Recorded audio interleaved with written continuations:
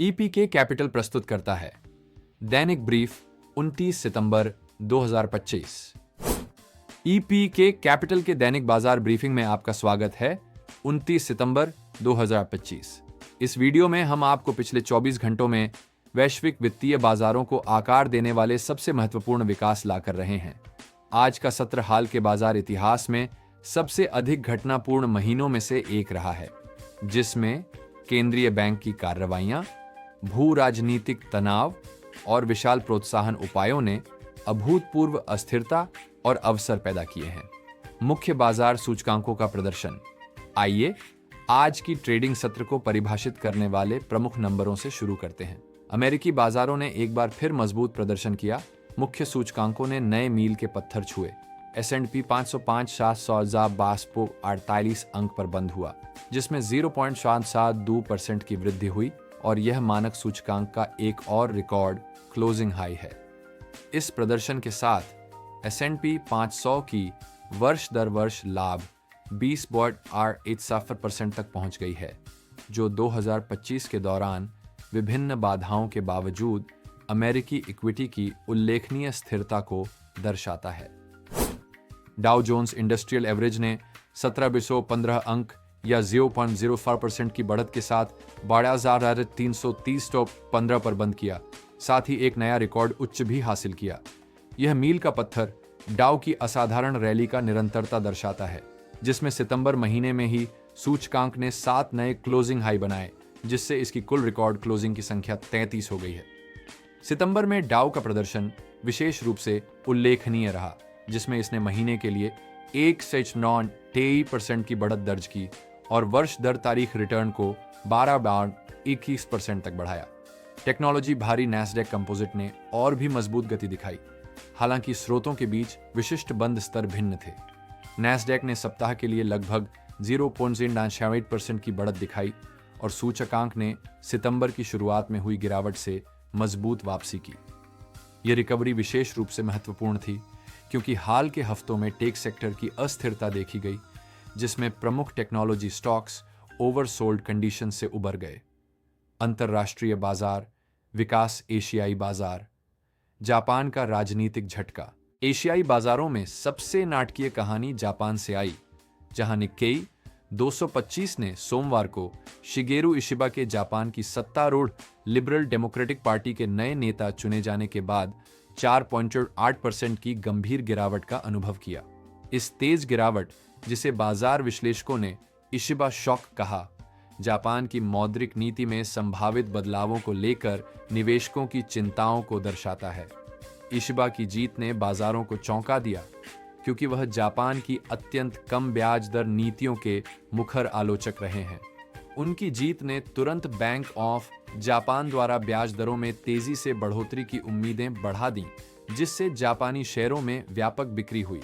उनके चुने जाने के बाद निक्केई 225 के वायदा 6% गिर गए, जो उनके नेतृत्व पर बाजार की तात्कालिक नकारात्मक प्रतिक्रिया को दर्शाता है। चीनी बाजार। प्रोत्साहन प्रेरित उत्साह।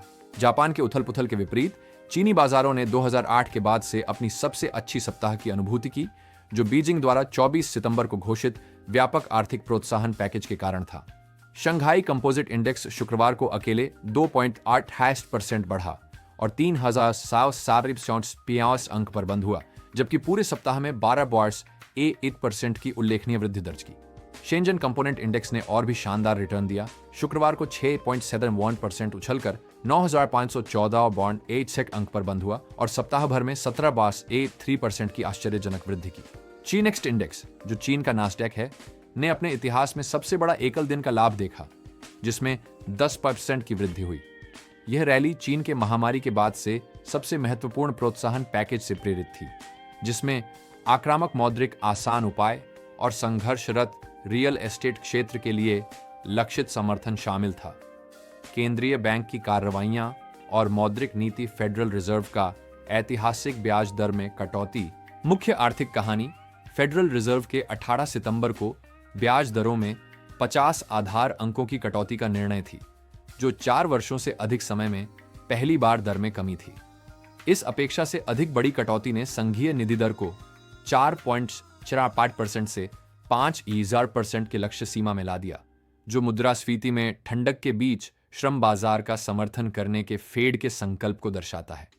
फेड चेयर जेरोम पॉवेल ने केंद्रीय बैंक के बढ़ते विश्वास पर बल दिया कि मुद्रास्फीति स्थायी रूप से 2% लक्ष्य की ओर बढ़ रही है। यह निर्णय फेड की नीति में एक रणनीतिक बदलाव को दर्शाता है, जिसमें मुद्रास्फीति की चिंताओं की तुलना में रोजगार संरक्षण को प्राथमिकता दी गई है, क्योंकि मुख्य पीसीई मुद्रास्फीति फरवरी 2021 के बाद से नहीं देखी गई स्तरों पर आ गई है। फेड की साथ ही जारी डॉट प्लॉट प्रोजेक्शनों ने 2024 में अतिरिक्त 50 आधार अंकों की कटौती की उम्मीद जताई। इसके बाद 2025 में 100 आधार अंकों की कटौती की संभावना है। इस सौम्य दृष्टिकोण ने जोखिम संपत्तियों को महत्वपूर्ण समर्थन प्रदान किया है और व्यापक शेयर बाजार को उछाल में मदद की है। चीन का व्यापक प्रोत्साहन पैकेज। चीन के पीपल्स बैंक ऑफ चाइना ने 24 सितंबर को महामारी के बाद से सबसे व्यापक मौद्रिक प्रोत्साहन की घोषणा की।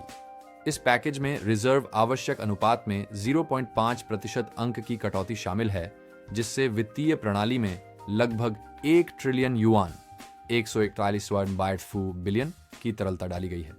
मुख्य उपायों में 7 दिवसीय रिवर्स रेपो दर को 1.7% से घटाकर 1.5% करना, मौजूदा घरों पर बंधक दरों में लगभग 0.5% अंक की कटौती और दूसरी घरों के लिए डाउन पेमेंट अनुपात को 15% तक कम करना शामिल है।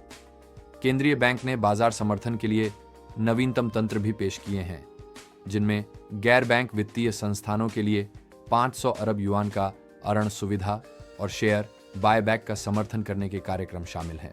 प्रोत्साहन विशेष रूप से चीन के संकटग्रस्त रियल एस्टेट क्षेत्र को लक्षित करता है, जिसमें 300 अरब युआन का ऋण शामिल है, जिससे राज्य स्वामित्व वाली कंपनियों को बेचे न गए घरों को खरीदने और उन्हें किफायती आवास में बदलने की अनुमति मिलती है। यह व्यापक दृष्टिकोण आर्थिक चक्रीय कमजोरी और रियल एस्टेट बाजार में संरचनात्मक चुनौतियों दोनों का समाधान करता है। भू राजनीतिक तनाव और वैश्विक संघर्ष। मध्य पूर्व में वृद्धि सबसे महत्वपूर्ण भू राजनीतिक विकास था इजराइल का हिजबुल्लाह के महासचिव हसन नसरल्लाह की हत्या, जो शुक्रवार को बेरूत के दक्षिणी उपनगरों पर एक बड़े हवाई हमले में किया गया। इस हमले में अमेरिकी निर्मित 2000 पाउंड ब्लू 109 बंकर बस्ट बम का इस्तेमाल किया गया, जो इजराइल हिजबुल्लाह संघर्ष में एक नाटकीय वृद्धि का प्रतीक है।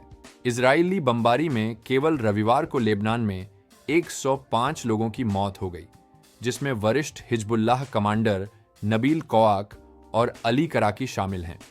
हमले कई मोर्चों पर फैले, जिसमें इजराइल ने यमन में हूती पदों पर भी हमला किया, टेल अवीव की ओर बैलिस्टिक मिसाइल लॉन्च के बाद। संघर्ष का विस्तार अंतर्राष्ट्रीय स्तर पर तत्काल शांति की अपील का कारण बना है, जिसमें राष्ट्रपति बाइडेन ने इजराइल और हिजबुल्लाह के बीच संभावित पूर्ण युद्ध की चेतावनी दी है। संयुक्त राष्ट्र के अधिकारियों ने क्षेत्र के व्यापक मध्य पूर्व में संघर्ष के सेक्टेरियन लाइनों के पार फैलने की गंभीर चिंता व्यक्त की है। राजनीतिक विकास। संयुक्त राष्ट्र महासभा में विश्व नेताओं ने बढ़ते वैश्विक संघर्षों को संबोधित किया, जिसके बीच अंतर्राष्ट्रीय तनाव बढ़ रहा है।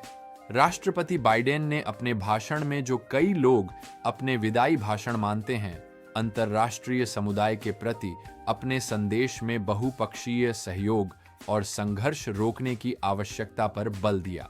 संयुक्त राष्ट्र में ब्रिटिश प्रधानमंत्री के भाषण ने ब्रिटेन की जिम्मेदार वैश्विक नेतृत्व की वापसी पर जोर दिया और गाजा और लेबनान दोनों में तत्काल संघर्ष विराम की मांग की।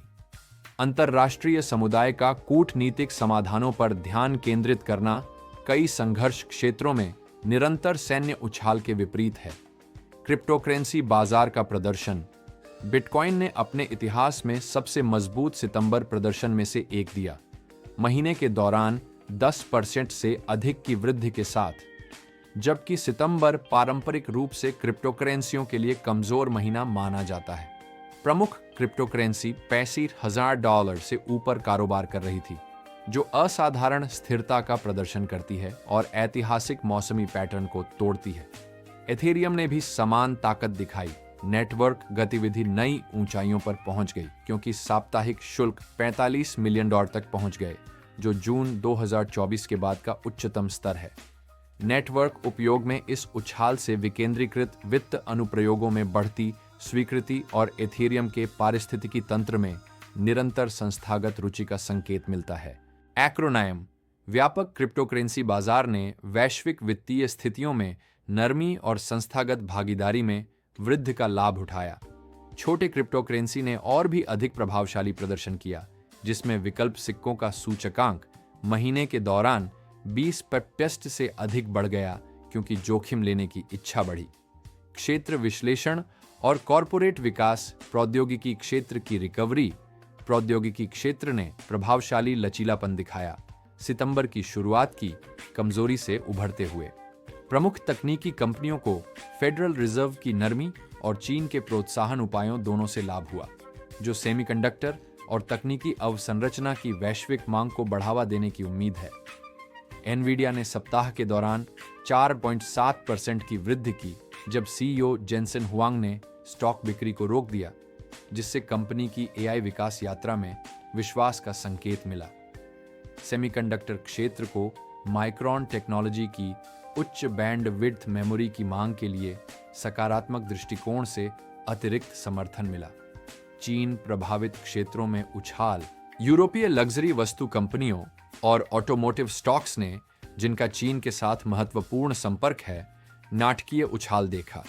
प्रोत्साहन पैकेज का उपभोक्ता खर्च और संपत्ति बाजार स्थिरीकरण पर केंद्रित होना सीधे उन कंपनियों को लाभ पहुंचाता है जो चीनी मांग पर निर्भर हैं।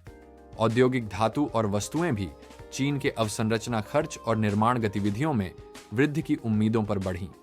बैंक ऑफ अमेरिका के रणनीतिकारों ने अप्रेमित वस्तुएं और अंतर्राष्ट्रीय स्टॉक्स को चीन की नीति में बदलाव का प्रमुख लाभार्थी बताया। वित्तीय सेवाओं का प्रदर्शन बैंकिंग स्टॉक्स ने उम्मीदें जताई कि केंद्रीय बैंकों के आसान रुख के कारण शुद्ध ब्याज मार्जिन में सुधार होगा। फेडरल रिजर्व की ब्याज दर में कटौती, जबकि कुल ब्याज आय को कम कर रही है, लेकिन आरण वृद्धि और आर्थिक गतिविधि को प्रोत्साहित करने की उम्मीद है। बीमा कंपनियों और वित्तीय सेवाओं वाली फर्मों को, जिनका अंतर्राष्ट्रीय संपर्क महत्वपूर्ण है, विशेष रूप से अमेरिकी मौद्रिक ईजिंग और चीनी प्रोत्साहन उपायों के संयोजन से लाभ हुआ। आर्थिक डेटा और संकेतक अमेरिकी आर्थिक स्थिरता। मुख्य अमेरिकी आर्थिक संकेतकों ने फेड की श्रम बाजार ठंडक की चिंता के बावजूद आर्थिक स्थिरता का प्रदर्शन जारी रखा। अंतिम Q2 जीडीपी पढ़ने ने मजबूत 3% वार्षिक वृद्धि की पुष्टि की, जबकि उपभोक्ता भावना 6 महीने के उच्चतम स्तर पर पहुंच गई।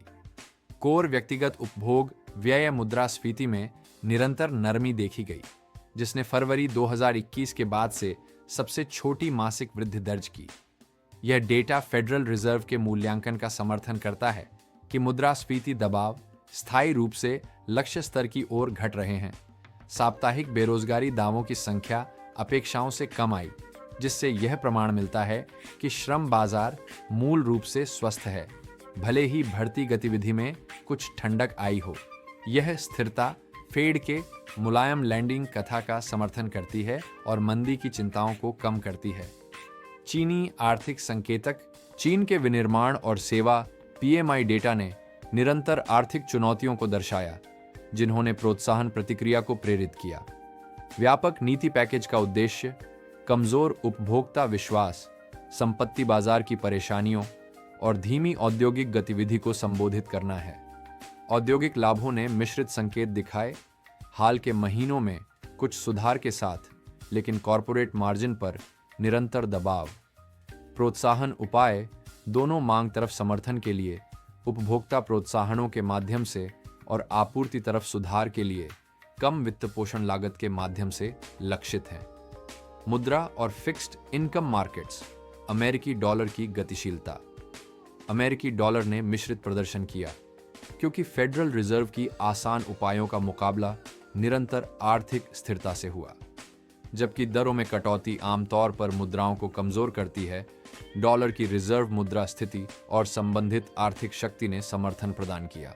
मुख्य व्यापार भागीदारों की मुद्राएं डॉलर के मुकाबले मूल्यवान हुई, क्योंकि वैश्विक केंद्रीय बैंकों ने सहजता की नीतियों का समन्वय किया।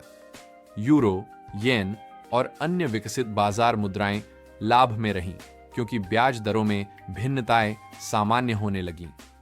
Bond market movements. Federal reserve के दर कट निर्णय के बाद ट्रेजरी यील्ड में महत्वपूर्ण गिरावट आई, जिसमें 10 वर्षीय यील्ड अस्थायी रूप से वर्ष दर तारीख न्यूनतम करीब 3.6% पर पहुंच गई।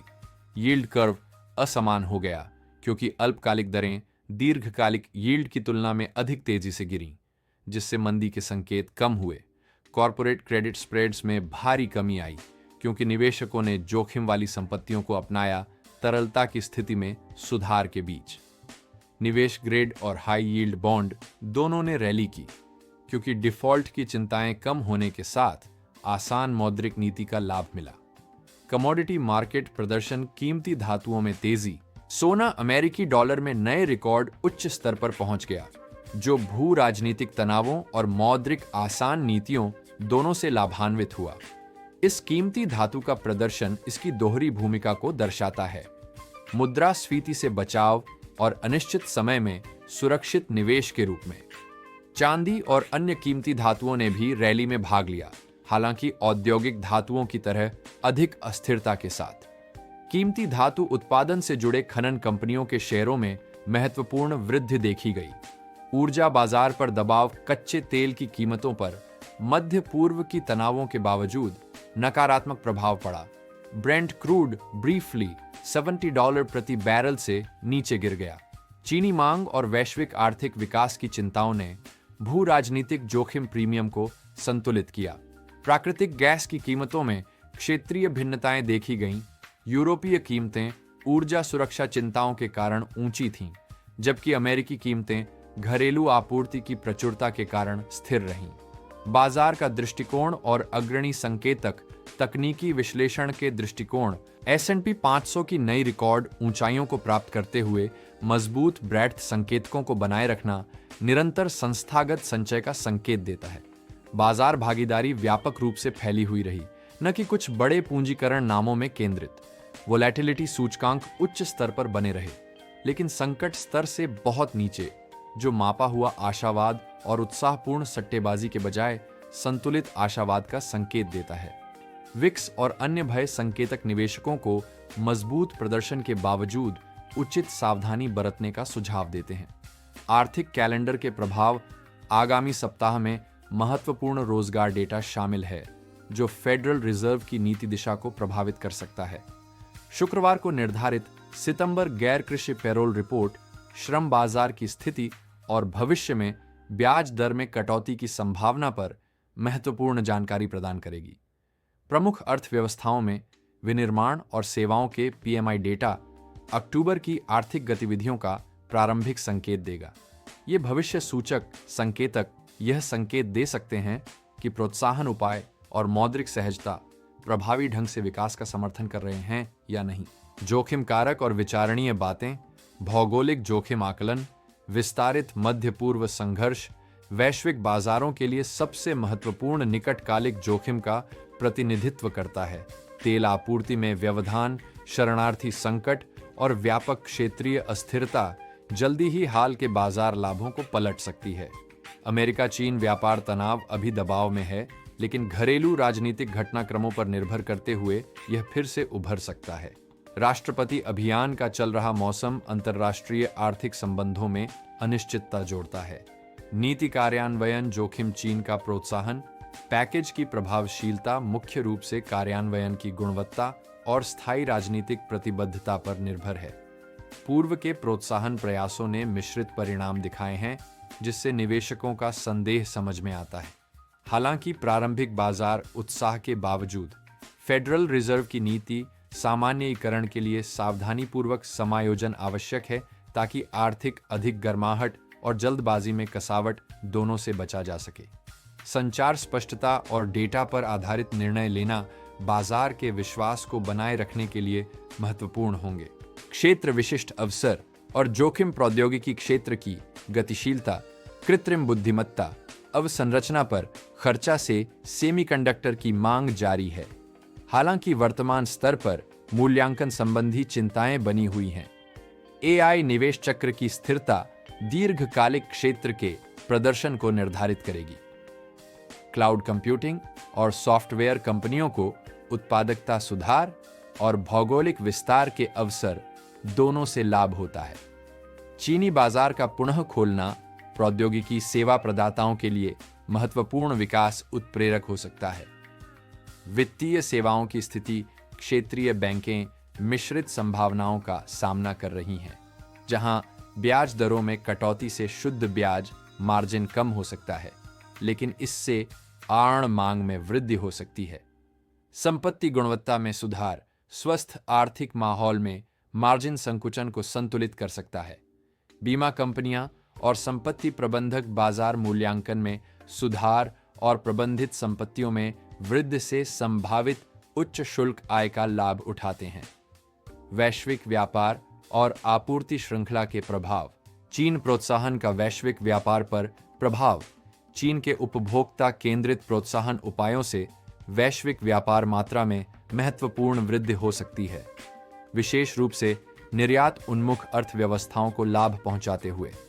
उपभोक्ता वस्तुएं, लग्जरी आइटम्स और कच्चे माल तुरंत ही मांग में सुधार देखेंगे। आपूर्ति श्रृंखला का सामान्यीकरण जारी है, हालांकि मध्य पूर्व में भू राजनीतिक तनाव शिपिंग मार्गों और लॉजिस्टिक्स नेटवर्क्स को खतरे में डाल रहा है। विविध आपूर्तिकर्ता आधार वाली कंपनियां प्रतिस्पर्धात्मक लाभ बनाए रखती हैं। मुद्रा बाजार का व्यापार पर प्रभाव। डॉलर की कमजोरी की प्रवृत्तियों से अमेरिकी निर्यात प्रतिस्पर्धात्मकता में सुधार हो सकता है, जबकि अमेरिकी उपभोक्ताओं और व्यवसायों के लिए आयात लागत बढ़ेगी।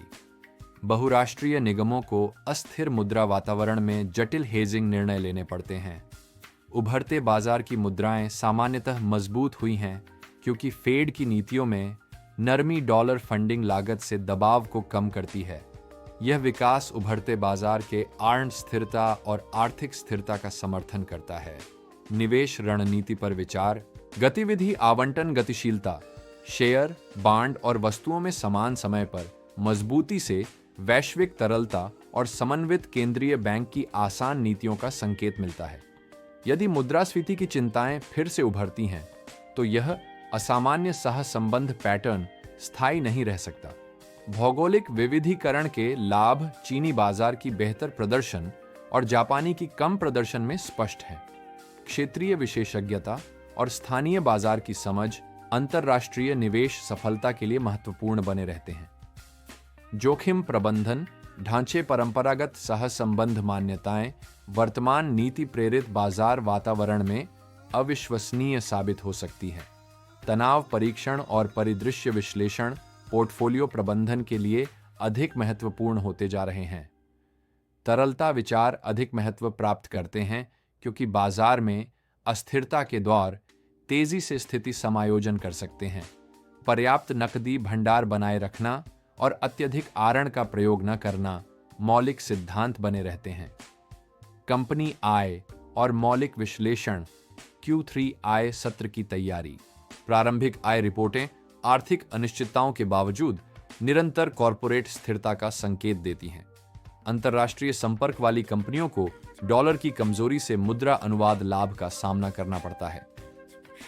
प्रौद्योगिकी और स्वास्थ्य सेवा क्षेत्र विशेष रूप से अग्रणी मार्गदर्शन में मजबूत दिखाते हैं, जो रक्षात्मक विशेषताओं और विकास क्षमता दोनों को दर्शाता है। उपभोक्ता विवेकाधीन कंपनियों को क्षेत्रीय संपर्क और मूल्य संवेदनशीलता के आधार पर मिश्रित संभावनाएं हैं। मूल्यांकन विचार। वर्तमान बाजार मूल्यांकन आर्थिक सॉफ्ट लैंडिंग पर आशावादी मान्यताओं और स्थायी मौद्रिक अनुकूलन को दर्शाते हैं।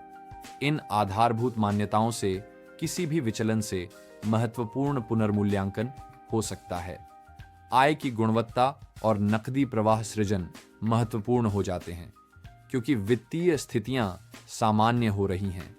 मजबूत बैलेंस शीट और मूल्य निर्धारण शक्ति वाली कंपनियां प्रतिस्पर्धात्मक लाभ बनाए रखती हैं। नियामक और नीति विकास। वित्तीय नियमन का विकास। बैंकिंग क्षेत्र के नियम हाल की तनावपूर्ण घटनाओं और बदलती आर्थिक स्थितियों के जवाब में लगातार विकसित हो रहे हैं। पूंजी आवश्यकताएं और तरलता मानक नियामक ध्यान के क्षेत्र बने रहते हैं। क्रिप्टो करेंसी नियम दुनिया भर में प्रगति कर रहे हैं। हालांकि क्षेत्रों के बीच समन्वय अभी भी सीमित है। स्पष्ट नियामक ढांचे संस्थागत स्वीकृति को खोल सकते हैं और सट्टेबाजी को कम कर सकते हैं।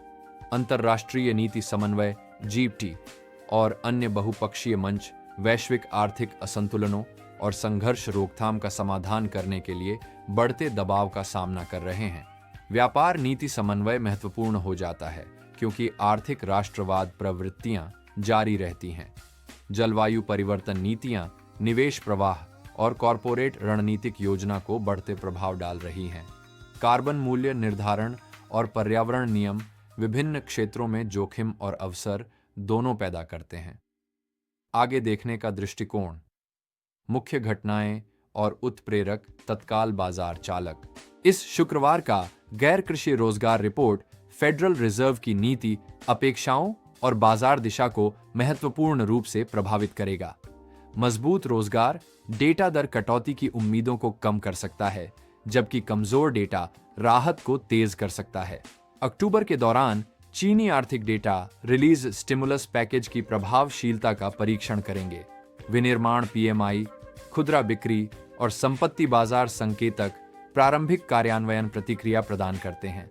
दीर्घकालिक विचार नवंबर के करीब आने के साथ राष्ट्रपति चुनाव अभियान की गतिशीलता बाजार की धारणा को बढ़ते हुए प्रभावित कर सकती है। नीति अनिश्चितता आमतौर पर अस्थिरता के अवसर और चुनौतियां पैदा करती है। चौथी तिमाही के मौसमी पैटर्न ऐतिहासिक रूप से जोखिम संपत्तियों का समर्थन करते हैं। हालांकि वर्तमान उच्च मूल्यांकन संभावित लाभ को सीमित कर सकते हैं। ऐतिहासिक मिसाल से पता चलता है कि निरंतर मजबूती बनी रहेगी, लेकिन अधिक मापदंड गति से। निष्कर्ष, बाजार संक्षेप और निवेश संबंधी निहितार्थ। 29 सितंबर 2024 ने हाल के वित्तीय बाजार इतिहास के सबसे महत्वपूर्ण महीनों में से एक का समापन किया। फेडरल रिजर्व नीति में बदलाव, चीनी प्रोत्साहन उपायों और बढ़ते भू राजनीतिक तनावों का संयोजन एक जटिल वातावरण बना रहा है, जिसमें सावधानीपूर्वक नेविगेशन और जोखिम प्रबंधन आवश्यक था। अमेरिकी बाजारों ने असाधारण लचीलापन दिखाया, नए रिकॉर्ड उच्च स्तर प्राप्त किए और विभिन्न क्षेत्रों और बाजार पूंजीकरणों में व्यापक भागीदारी बनाए रखी। यह ताकत मौलिक आर्थिक स्वास्थ्य और अनुकूल मौद्रिक स्थितियों दोनों को दर्शाती है, जो संपत्ति के मूल्यांकन का समर्थन करती हैं। चीनी बाजारों ने 2008 के वित्तीय संकट के बाद से अपनी सबसे नाटकीय रैली का अनुभव किया, जो चक्रीय और संरचनात्मक आर्थिक चुनौतियों दोनों को लक्षित करने वाली व्यापक नीति समर्थन से प्रेरित थी। इस रैली की स्थिरता प्रभावी नीति कार्यान्वयन और विकास लक्ष्यों के प्रति सरकार की निरंतर प्रतिबद्धता पर निर्भर है। भौगोलिक जोखिम अभी भी उच्च स्तर पर है, लेकिन उपयुक्त हेजिंग रणनीतियों के साथ विविध निवेशकों के लिए प्रबंधनीय है। मध्य पूर्व संघर्ष का विस्तार बाजार स्थिरता के लिए सबसे तत्काल खतरा है। हालांकि ऐतिहासिक मिसालें दर्शाती हैं कि बाजार स्थायी संघर्ष के माहौल में अनुकूलित हो जाते हैं। आगे देखते हुए मौद्रिक अनुकूलन, आर्थिक विकास और मुद्रास्फीति नियंत्रण के बीच संतुलन बाजार की दिशा निर्धारित करेगा। निवेशकों को रक्षात्मक स्थिति बनाए रखनी चाहिए और अवमूल्यन किए गए खंडों और संरचनात्मक नीति परिवर्तनों के लाभार्थियों में अवसरों के प्रति सतर्क रहना चाहिए। वर्तमान माहौल सक्रिय प्रबंधन, भौगोलिक विविधता और कठोर जोखिम आकलन को पुरस्कृत करता है, जबकि अल्पकालिक अस्थिरता अनिवार्य प्रतीत होती है।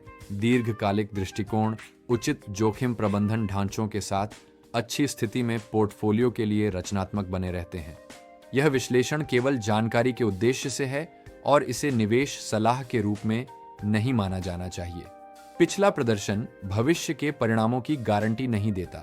सभी निवेश जोखिम के साथ आते हैं, जिसमें मूलधन का संभावित नुकसान भी शामिल है। निवेश निर्णय लेने से पहले योग्य वित्तीय पेशेवरों से परामर्श करें। तेजी से बदलते भू राजनीतिक और आर्थिक माहौल के लिए निरंतर निगरानी और संभावित रणनीति समायोजन आवश्यक है। आज के बाजार ब्रीफिंग में शामिल होने के लिए धन्यवाद। सूचित रहें, विविधता बनाए रखें और याद रखें कि सफल निवेश के लिए धैर्य और सतर्कता दोनों आवश्यक हैं, खासकर गतिशील बाजार स्थितियों में। हम कल फिर से वैश्विक वित्तीय विकास के एक और व्यापक विश्लेषण के साथ वापस आएंगे।